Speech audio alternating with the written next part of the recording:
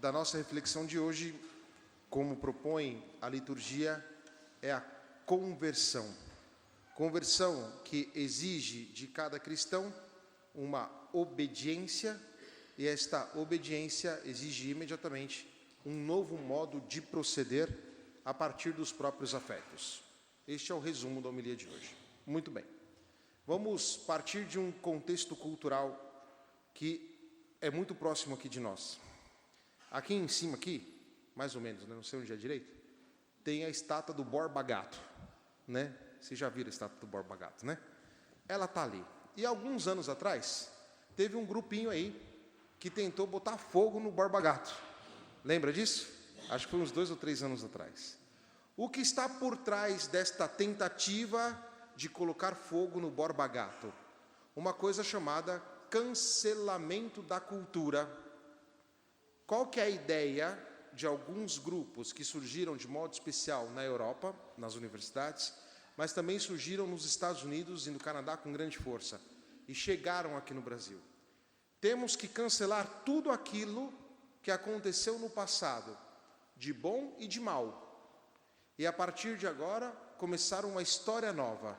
Então a ideia, talvez cancelamento de cultura não seria o termo necessário, o termo exato. O termo exato seria o cancelamento da memória, ou seja, daquilo que aconteceu no passado, dos nossos grandes heróis, que sabemos que alguns cometeram crimes, por exemplo, tiveram gente que escravizou outras pessoas, enfim. Então a ideia é, quem cometeu um mal no passado tem que ser completamente cancelado e tem que ser esquecido na história. Então vamos destruir os monumentos, vamos mudar os nomes das universidades, das ruas, das praças, e vamos a partir de agora criar a ideia de um homem novo. É isso que está por trás deste cancelamento da cultura. Neste grupo, nesta onda, se queremos uma palavra mais expressiva, neste balaio, né, que vai do cancelamento da cultura, existe também a ideia de cancelar a herança judaico-cristã. Nós sabemos que a sociedade ocidental, ela se funda em 3 grandes pilares: o direito romano, a filosofia grega e a religião judaico-cristã. Todo o Ocidente se fundamenta nisso aqui. Tirou uma dessas daqui, você destruiu o Ocidente. Muito bem. A ideia é tirar, então, a Sagrada Escritura, tirar a história de Israel, tirar a história do cristianismo, dos currículos escolares, tirar, por exemplo, a leitura da Bíblia em praça pública. Inclusive, tem um partido aqui no Brasil que tem isto no programa de governo dele. Não vou dizer o nome do partido, mas tem um partido que tem isto no programa dele de governo. Qual que é a ideia, então? É cancelar também a espiritualidade e querer criar algo novo, segundo aquilo que esse subjetivismo, digamos, quase paranoico da cultura moderna propõe. Isto aqui do ponto de vista macro. Mas nós podemos colocar a mesma história do ponto de vista micro, ou seja, em cada um de nós. Quem de nós aqui nunca se revoltou contra Deus? Espero que isso tenha acontecido, porque a gente se revolta contra Deus mesmo. Mas por quê? Porque nós somos pecadores. E às vezes é difícil para nós aceitar aquilo que Deus nos propõe. E é interessante que na primeira leitura, o povo de Israel dizia: Deus está errado, a conduta de Deus está errada, que é aquilo que estão propondo no cancelamento da cultura. Tudo está errado, inclusive Deus. Vamos propor algo novo. E aquilo que Deus fala através do profeta Jeremias é muito interessante. É a minha conduta que está errada ou é a vossa conduta que está errada? E se nós formos pararmos para observar, é a nossa conduta que está errada, não é a conduta de Deus.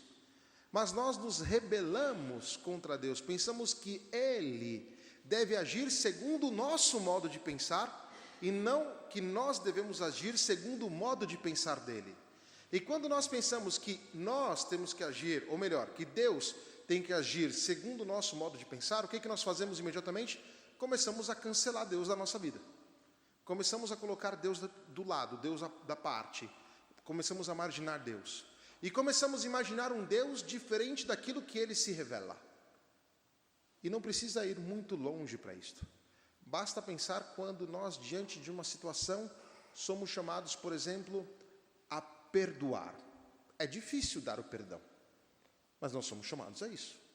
Quando nós somos chamados a olhar o outro que necessita da nossa presença e muitas vezes do nosso auxílio econômico, nós temos muita dificuldade com isto. E nós podemos enumerar tantas outras coisas que nós temos como uma dificuldade, mas que no fundo é a nossa rebelião contra Deus. E quando isto acontece, nós começamos a imaginar um Deus diferente, mas um Deus da nossa imaginação, não um Deus verdadeiro. E aí quando nós começamos a cancelar aquilo que Deus nos pediu, querendo transformar as palavras de Deus segundo o nosso querer e não segundo o querer que Deus nos deu. Mas se nós observarmos, aquilo que Deus nos dá está no mais profundo do nosso desejo. Os nossos desejos, porque somos decaídos, são desejos superficiais. Pode acontecer que no primeiro momento, quando Deus pede para você algo, e aqui pedir algo não estou nas coisas evanescentes, nas coisas assim etéreas. Estou falando de coisa concreta. Quando Deus fala com você através dos sacramentos, por exemplo, do matrimônio, quando Deus fala com você através da Escritura, quando Deus fala com você através do magistério, objetivamente, às vezes é difícil acatar o que Deus nos pede, porque nós temos esta tendência ao pecado. E é o que está no Evangelho de hoje. Não se assuste quando Deus te pedir algo e você não conseguir corresponder imediatamente. Você está dentro da normalidade. Dentro da normalidade. O que não se pode esperar de um cristão é dar as costas para Deus. E por quê? Porque Deus não nos trata como crianças. Deus provoca a nossa liberdade para que nós possamos corresponder ao convite que Ele nos faz. E à medida que nós correspondemos ao pedido de Deus, nós estamos realizando aquilo que está no mais profundo do nosso coração, que por causa da nossa obtusidade, da nossa dificuldade de perceber, não conseguimos alcançar pelas nossas próprias forças. E aqui é o sentido dos comandamentos, ou dos mandamentos de Deus.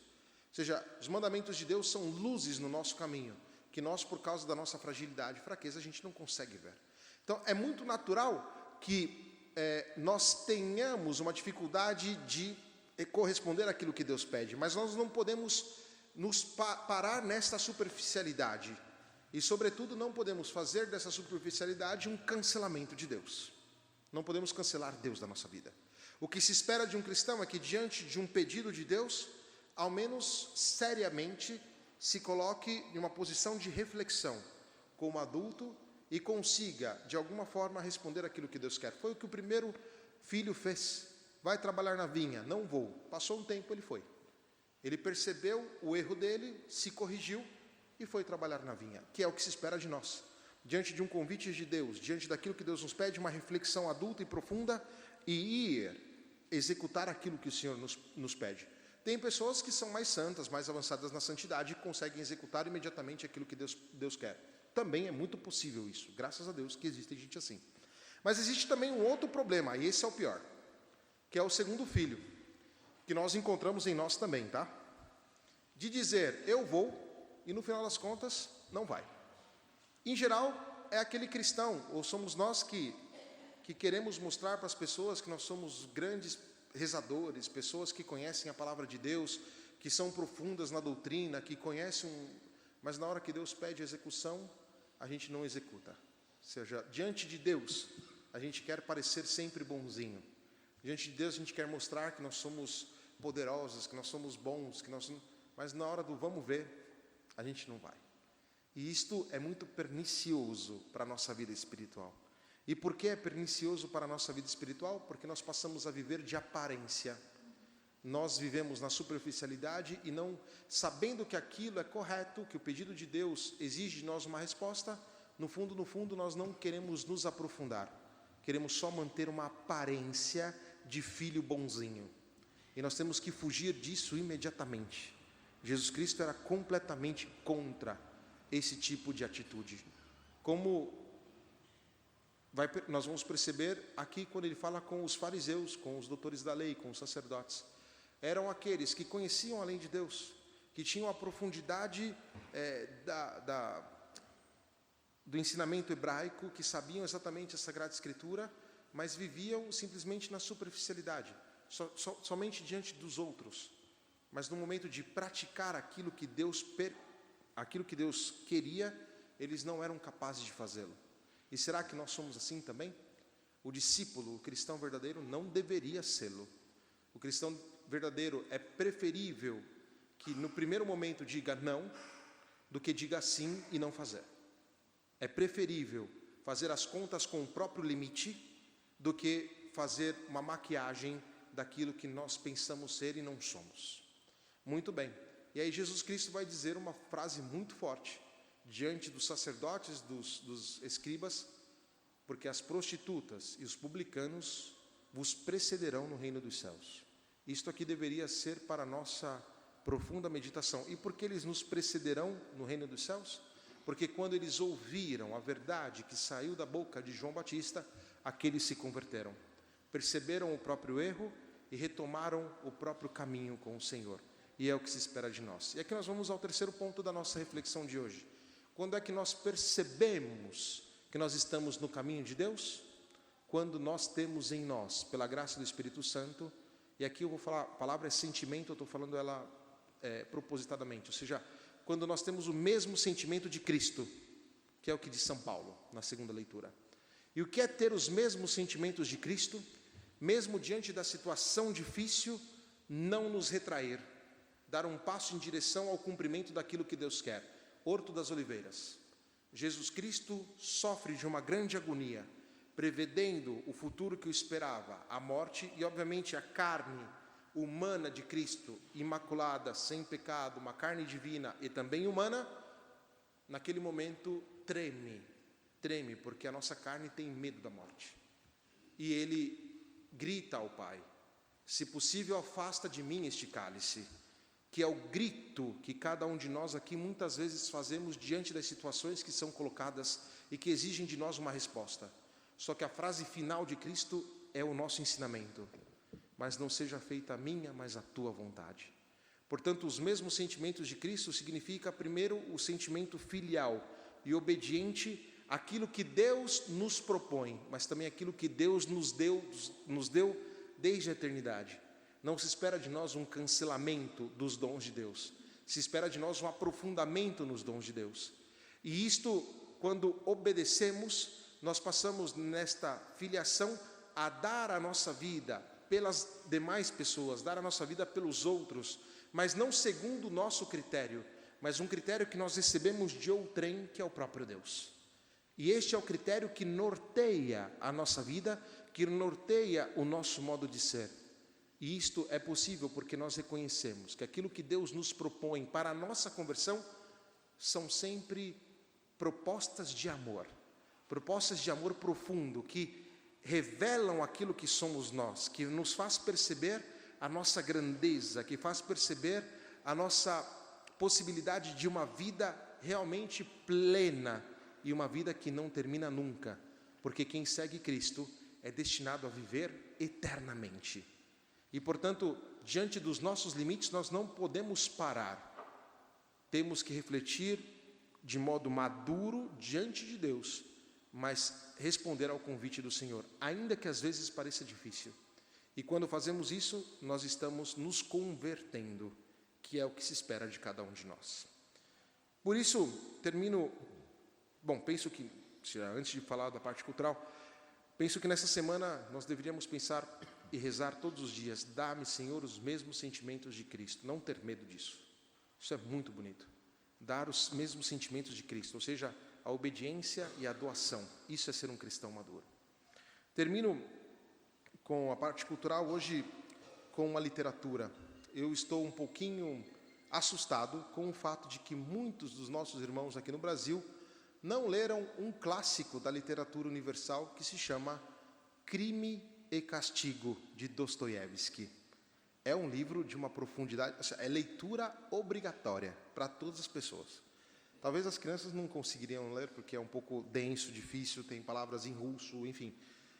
E neste livro temos um diálogo, mais ou menos para metade, muito bonito, de Raskolnikov e Sônia, que para mim é um dos diálogos mais lindos da literatura universal.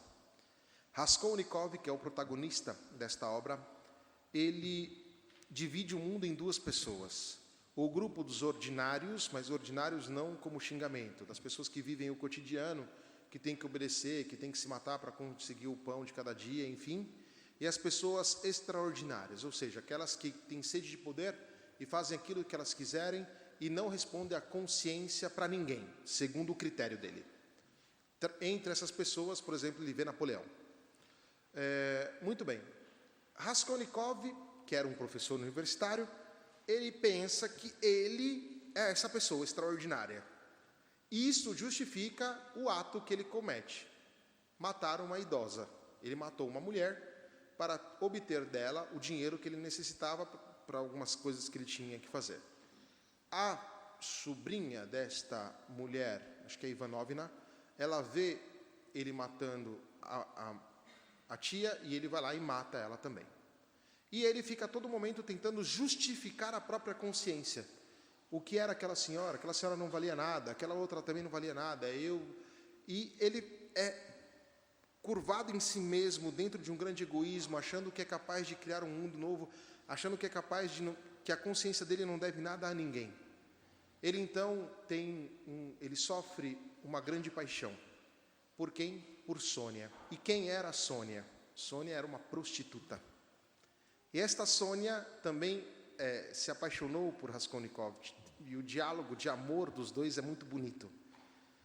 E Sônia e Raskolnikov começam a se justificar diante dela, dizendo que a consciência dele é livre, que ele não deve nada a ninguém, que não sei o quê. E começa a falar assim, tipo, justificando.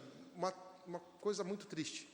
Sônia, que é prostituta, olha para ele e diz assim: eu te amo, mas eu nunca, na minha vida, como prostituta, conheci uma pessoa mais miserável do que você. Porque ainda que eu esteja nesta situação, eu tenho a certeza que existe um Deus, ela não diz com essas palavras, tá? Tem que ler direitinho. Que existe um Deus que me ama e que apesar dos meus pecados, Ele está pronto para me salvar. E todos os dias eu faço as contas com a minha consciência. E você é um miserável, porque acha que vai salvar você mesmo e o mundo pensando do seu modo egoísta. É um diálogo de uma beleza que fala exatamente de quem é o homem moderno. É nesse momento que Raskolnikov, vai dizer os críticos de Dostoiévski, ressuscita. Ou seja, o olhar amoroso de Sônia, e Sônia que diz para ele que ele é miserável porque vive no egoísmo, ativa a consciência dele e tira ele daquela situação. E é aquilo que se espera de nós cristãos. Este mundo que quer cancelar tudo, espera dos cristãos que dê um olhar amoroso e que diga ao mundo: existe Deus. Mas para que isso aconteça, primeiro precisa acontecer também em nós. Cristo que nos olha, Cristo que ativa a nossa consciência e muda o nosso modo de ser. Que Maria Santíssima nos ajude, que assim seja. Amém.